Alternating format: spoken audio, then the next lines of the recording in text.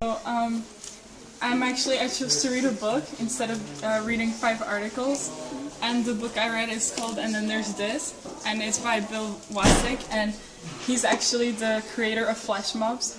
Do you know flash mobs? Yeah. Okay. So, he's actually the one who started it, and he's actually done a lot of other things to do with the viral world, because his book is based on the fact that stories just come and go in this world of technology, in this world of internet. Things are just really popular one day, and then the next day, like, well, if I exaggerated, one day it's very popular and then the next day it's forgotten. And it's similar with the flash mobs, because it's this huge deal one day and then the next day no one really talks about it anymore. And a lot of things are just becoming really popular, and then suddenly, like, no one knows about it. And he has a lot of graphs in this book where it just shows how it always goes, like, during 1 month it's super high and during 1 month it's super low. For example, like the visitors of a website. And so he does a lot of experiments that support his research, but I will tell you about those later. But yeah, the book basically examines nano stories, which is things that are pretty much random, irrelevant, stupid, silly things, but somehow people are fascinated by them. And basically he is a blogger, so all of the things that he did through blogging, and he had like different blogs. And I was wondering actually, well, yeah, I will talk about how technology affects us, but I was wondering, do you blog? Do you have a blog? Yeah, I do. Yeah? Okay, so like Blogspot, something like that kind of, or like Facebook, you have I have Blogger. Oh, perfect, yeah. So that's pretty much like what he did, and just so you like understand, like, well, he did several different methods of blogging. Some were like he just had like information blog, and some were that, for example, he had a blog where he put memes, like funny memes, but they were to do with politics.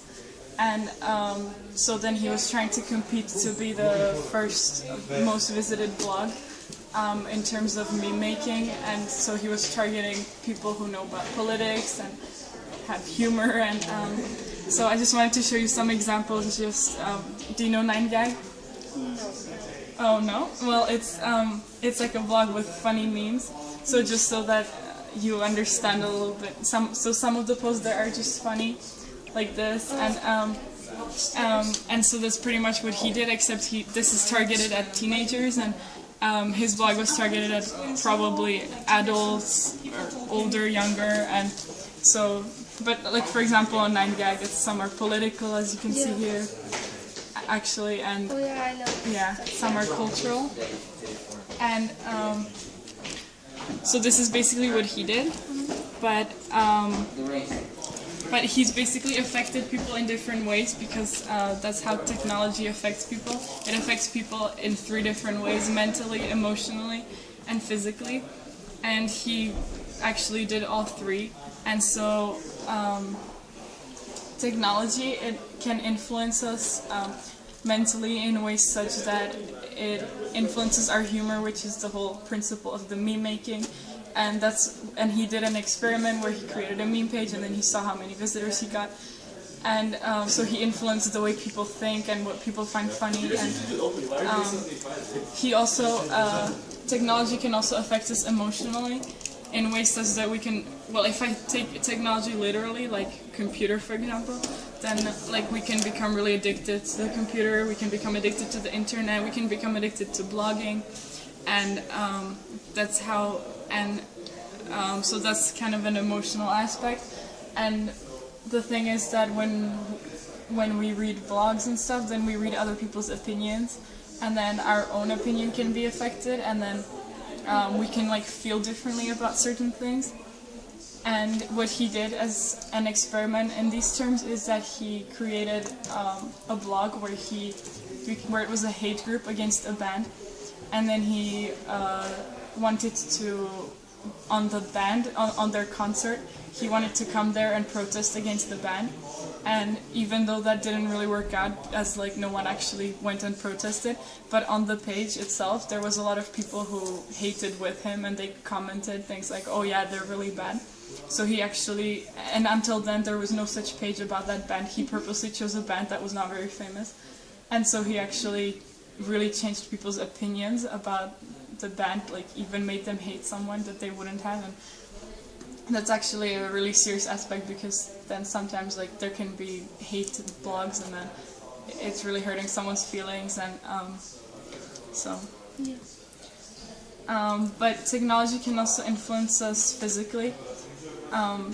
Well, of course, there's the obvious that when we're too much on the internet, when we're too much on the computer, it's not good for our health. But the way it also influences us physically is, for example, I told you that he created flash mobs, and he actually created it by accident, sort of. He just sent out a spam email to all of his contacts, and he told them to gather there at that time, and like that first ever flash mob was actually, like, it wasn't dancing and everything, it was just people gathered in one space and nothing happened, but all the people just knew that they were there, and they were united, but they didn't really do anything. And basically now flash mobs are even used for advertising, so he actually changed the world of advertising a little bit, and us seeing flash mobs, it really does affect us actually. And so yeah, so just don't forget that technology can have negative effects on us, so try to embrace the good effect, but try to avoid the bad effects, so don't spend too much time on it. Try not to read hate blogs, don't write hate blogs, but if you want to write just funny blogs or informational blogs, then that's actually really good, because you want to keep people entertained, and then and you can try to then experiment, like, hey, maybe one day you'll do something like this, maybe you can create some blog and experiment something of your own, and you might discover something. And yeah, anyways, thank you. Do you have any questions? No, they're both really good. Yeah. Okay, sure? Yeah. Okay, thank you.